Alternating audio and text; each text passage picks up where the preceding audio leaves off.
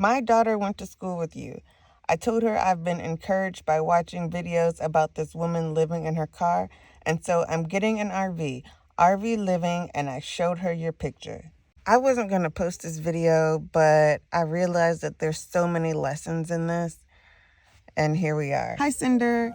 I did go to school with your daughter, and I do remember her, and I remember you too. You and I never officially met. We just kind of met through an unfortunate passing. Story time. It was almost exactly 20 years ago to this day.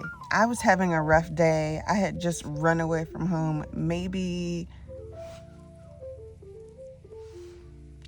Anyway, I had ran away from home just a few days prior, and I invited your daughter, I'm going to call her A, to come hang out with me after school. We didn't skip school. After school, we went and hung out. And honestly, I can't remember what we did. I think we probably just went to the mall, or maybe we went into town and just kind of walked around and did some sightseeing a little bit. We had a great time, and I needed that. And then after having such a great time, we were heading back to the school so that you can pick her up. She started to have anxiety. She started to tell me that she was going to be in trouble. You were going to beat her ass. And I don't know if you really were going to. Maybe you were. I don't know. Everyone used that term. I'm going to beat your ass. Oh, my ass about to get beat.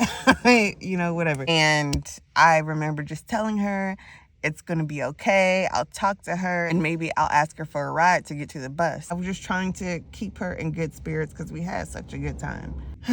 So we make it to the school, walk up to the car. She gets in the car, close the door, and y'all just take off. And I was there alone in the dark with nowhere to go. I never got a chance to talk to you or introduce myself, and I didn't get to ask for a ride. But that's what happened. That's how we met. I told y'all I ran away, so let me rewind a little bit. So just a few days before that, I was at home. I lived with my mom, her boyfriend, and his 2 kids. One of his daughters came into the room and was like, hey, my dad's been calling you. He wants to talk to you on the phone. I was like, oh, okay. I didn't hear it. I was doing my hair. I had my music on. Oblivious to the outside world. I pick up the phone and he's like, what's your problem? I've been calling you. And I'm like, I didn't know. I didn't hear it. But what's up? What's up? Yeah, you called me. What the fuck do you want? I mean, I didn't say that, but that was in my head. So he hangs up the phone, and about 10 minutes later, comes to the house, darts in my room, and is like, what's your problem? I'm like, super confused, don't know what the hell the problem is. And he walks up to me and he does this on my forehead. And I'm sitting on a stool with no back. So I started to fall back in what felt like slow motion. I remember saying to myself, bitch, you're not about to go down by yourself. So I reached up, it felt like the Matrix.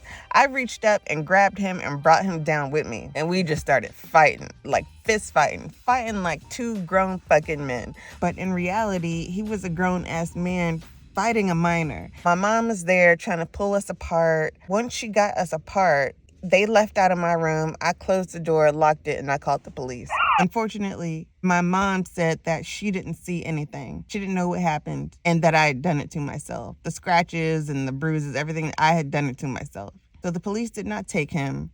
And basically, I was stuck there in the house. And I knew I had to get the fuck out of there. So I called this guy that I met online. We had not met in person. I'll call him B. We had been like internet friends, low key, just a little bit of flirting, but not really, for like 2 or 3 years. I was like, hey, this just happened. I need somewhere to go. Can I come stay with you? And he said yes. Lesson number 1. Don't do that. Don't meet people from the internet and immediately move in with them. I was under duress, so I did what I had to do. I told y'all I've been getting into shenanigans since day 1. To be completely honest, it's not the only time I've done it, and I'm just glad that I'm here to tell y'all all the stories about it. So anyway, after I got off the phone with him, I packed a bag. I went to bed with my door locked. I woke up early just so that I was up before everyone else. And I took my duffel bag and I put it in my mom's trunk because she took me to school in the morning. Lesson number 2, if you are in a volatile or abusive situation, don't be obvious about leaving. Come up with a plan and then get the fuck out of there. Anyway, I went back inside, got ready for school. My mom took me to school. And once we got to the campus, I told her to pop the trunk because I had something in there that I needed to get out. She did, grabbed my duffel bag, and I ran into school. After school, I catch the train. I get off on the stop, and he's not answering his phone. But the night before, he gave me another number to call. I call the number. Some dude picks up. I'll call him the man, and I asked to speak to him. He told me he wasn't there. And I was like, okay, well, I talked to him last night, and he told me that I can come stay with him for a couple days. So can you give me directions on how to get there? For just a split second, he was like, okay, like just a little hesitant. But he was like, I'm here at the house. I can just come pick you up. And I was like, okay, that's fine. So he came to pick me up, brought me to the house. And hours had passed. Still cannot get in contact with B. It's getting dark. Multiple people are in and out. And then eventually I discovered that it's not B's place. It's not his place. It's the man. The man is the man who picked me up. It's his place. I don't remember that conversation if he asked me what happened or what was going on or why I was there. But he was like, sure, you can stay here. Anyway, eventually B comes like close to midnight. And at that point, I think I was like asleep. But I was like, hi, nice to meet you. But at that point, I already knew it wasn't his place. And I didn't give a fuck. Like, I was just so emotionally drained and tired. I went back to sleep. And the next day, I went back to school as if nothing had ever happened. I would catch the train to school and catch the train back. So I'd been there for a few days now. And at this point, I've discovered that this is the hangout spot. They were all in college, and they would all come to his place and just crash. It would be anywhere between 3 to 8 people. Some people sleeping on the floor, some people sleeping on the couch. I would sometimes sleep in the bed with the man, but he never tried anything. He was always super, super respectful. And I used to cook for them and clean, and that was, the way that I would contribute. Lesson, whatever this one is, if someone is allowing you to stay at their house because you're in a situation and you don't have the financial means to contribute, do something else. If they have groceries, cook. Clean up, do something. Don't just be laying around on the couch and freeloading and stuff. I was emotionally going through it, but I still knew I have to contribute in some way since I can't do it financially. And I wasn't going to do it sexually. All right. I was really the only female there. There was one other girl, but she wasn't there as often. Like I lived there, so I was there every day. I felt way safer there than I did at home. Until this one day. There was a dude there, I'll call him M. He sold drugs, and I think he shorted someone or he owed someone. One morning, these dudes came to the house at like 4 o'clock in the morning. They were like knocking on the door, knocking on the window, trying to find him, trying to get him to come out. And all I remember is the man, he was like, get down on the floor. He tells M, he was like, you got to get out of here. Like, don't bring that shit around here. We got a female in the house. And I remember him saying that. And I'm like, oh, he's talking about me. He's protecting me. I've never been in that situation, but I've also never felt protected like that. Anyway, M eventually left out. And since I was already up, I just started getting ready for school. So I get to school and I'm just like, I just need to turn this frown upside down, okay? So I asked A if she wants to hang out after school, and I'm so grateful that she did. Even though maybe she knew she was gonna get in trouble, maybe not, I don't know, but she came with me and we had a great time. I know that you're probably gonna see this, A. I appreciate you for taking that time to come hang out with me, even if it got you in trouble. So let's fast forward to the moment we get back to the school and she gets in the car with her mom and they drive off. And I am just there in the dark.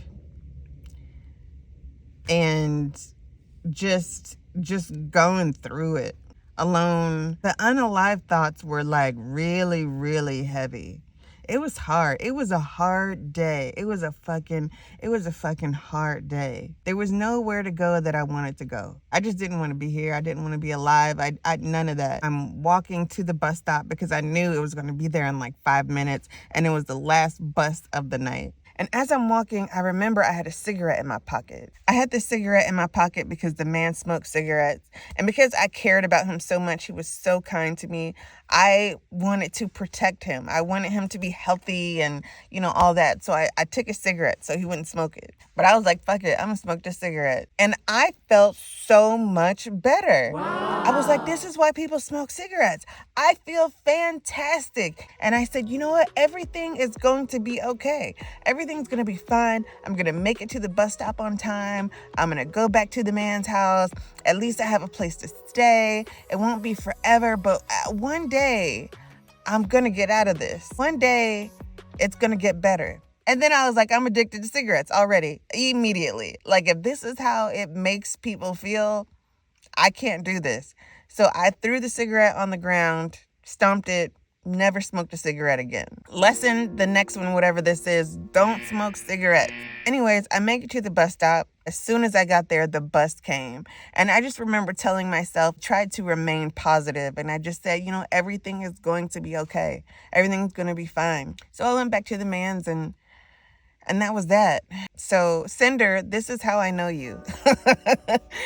That is the memory that I have of you. Obviously, this is no fault of yours. You were concerned about your daughter, but also this is another lesson. Parents, moms, dads, if your kids have friends who are just a little, you don't know what's going on with them, ask.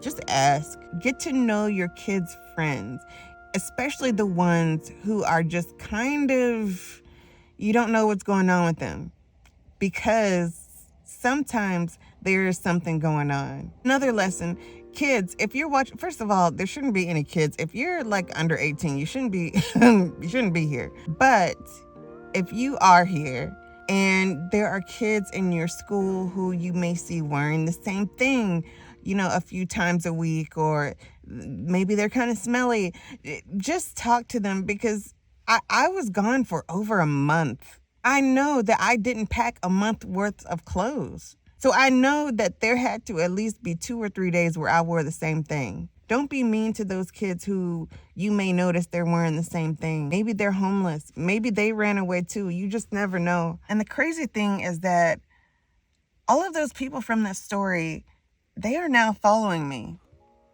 They're following me because they say that I motivate them, or I'm encouraging them, or I make them laugh, or I make them feel good, or whatever it may be.